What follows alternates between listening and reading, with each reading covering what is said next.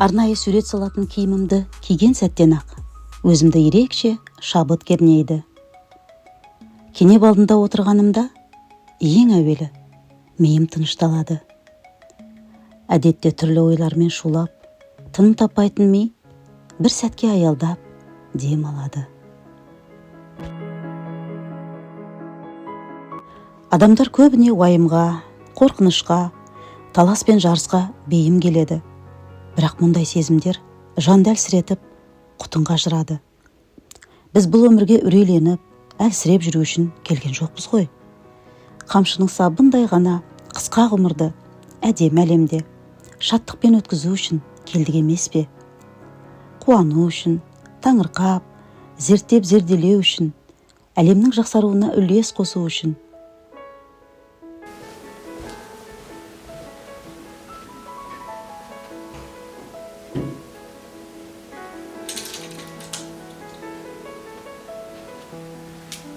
Қазір сурет саламын.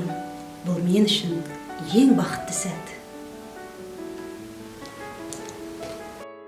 Менің ойымша, әр адам өзінің бақытты өмір сүруіне мән берсе, ол арқылы әлемді де жақсартар еді. Себебі шынайы бақытты жан ғана айналасына жақсылық сыйлай алады. Жүзі жақсыдан түңілме деп қазағым бекер айтпаған ғой. Өз жүрегіне үңіле біліп, өз қалауын жасай алуда бір батырлық. Ал өз қалауымен өмір сүретін жаны жайсаң адамның жүзі үнемі нұрланып тұрады емес пе?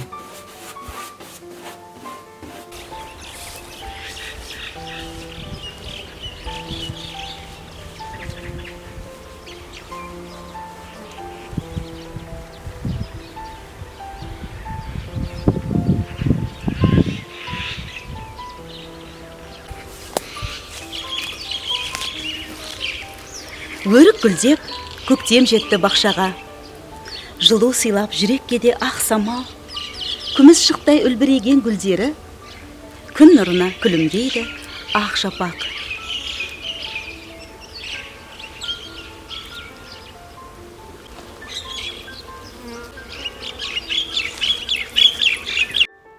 Иә, мен сурет салуды енді ғана бастадым. Жасым 50-ге келгенде ғана сурет сала бастадым. Бұл күндерге дейін менде де жанталас, тіршіліктің күнделікті күйбеңі болды. Ал енді балаларым есейіп, өздерінің ересек өмірлерін бастағанда ғана қолыма кенеп пен қылқалам алып, өз көңіліме, өз қалауыма, өзіме көңіл бөле бастадым. Ауылда байқаймын көптеген ата-аналар бала шағасы ер жетіп, өздерінің ересек өмірлерін бастап жатқанда, оларға жабысып, ешқайда жібергісі келмей, біреуің қолымызда қаласыңдар, бізге қызмет қыласыңдар деп жармасып жатады. Мен айтар едім, олай жасамаңыздар, жіберіңіздер балаларыңызды, еншісін беріңіздер. Енді олар бала емес, енді олар ересек адамдар.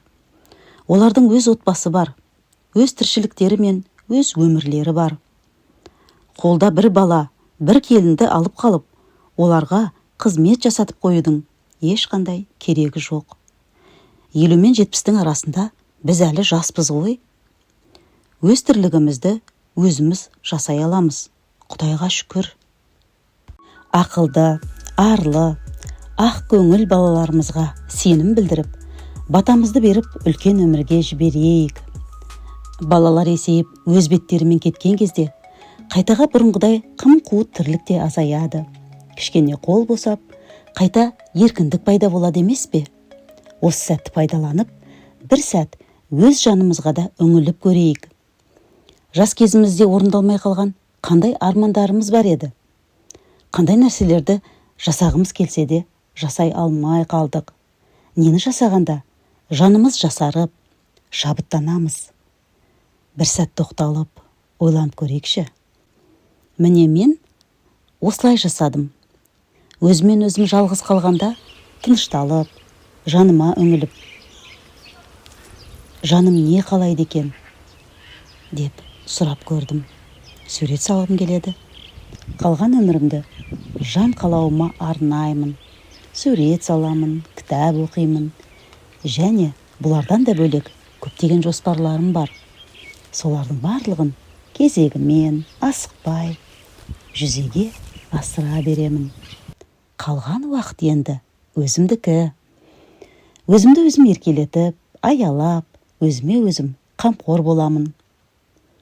Өмір неткен керемет, өмір неткен ғажап, өмір неткен әдемі, өмір неткен рахат.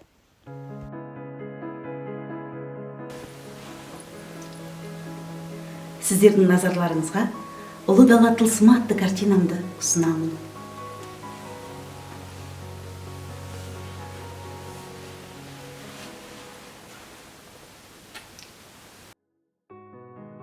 Бұл туындымның атауы «Ұлы дала тылсымы». Кенептің ортасында бейнеленген адам образын күн бала деп атадым. Ол мәңгілік өмір мен шексіздіктің символы. Ежелгі түркі, сақ және ғұн дәуірінің петроглифтерінде күн басты адам бейнесі жиі кездеседі. Бұл бейне адам ойының құдіретін, өз ойларын басқару арқылы өз әлемін басқара алатындығын білдіретін символ. Адам бейнесіндегі басының айналасындағы шашырап тұрған шуақ шеңбер бейнеленген. Ол адамның рухы мен ой қуатын меңзейді. Ежелгі ата-бабаларымыздың бізге қалдырған ескерткіштерінде адамның ең үлкен күші оның ойлану қабілетінде екенін меңзеп тұрғандай. Ақыл ойын дұрыс бағыттап, менің құдіретті қуатын игере білген жан үшін алынбас асу жоқ. Өйткені ой әрекеттің бастауы, ал ойы биік адамның өмір жолы да биіктей береді. Жаны жайсаң, жүрегі мейірімді оқырман, жаны нәзік, суретші апаларыңызды қолдап қойыңыз. Лайк басып, пікір қалдырыңыз. Бейне жазбаны дос жарандарыңызға таратып, арнаға жазылыңыз. Мен енді күшім барда сурет салуды тоқтатпаймын. Сол себепті алда әлі талай қызықты картиналарды өмірге алып келемін. Өздеріңізге көрсетіп, қуанышыммен бөлісіп отырамын.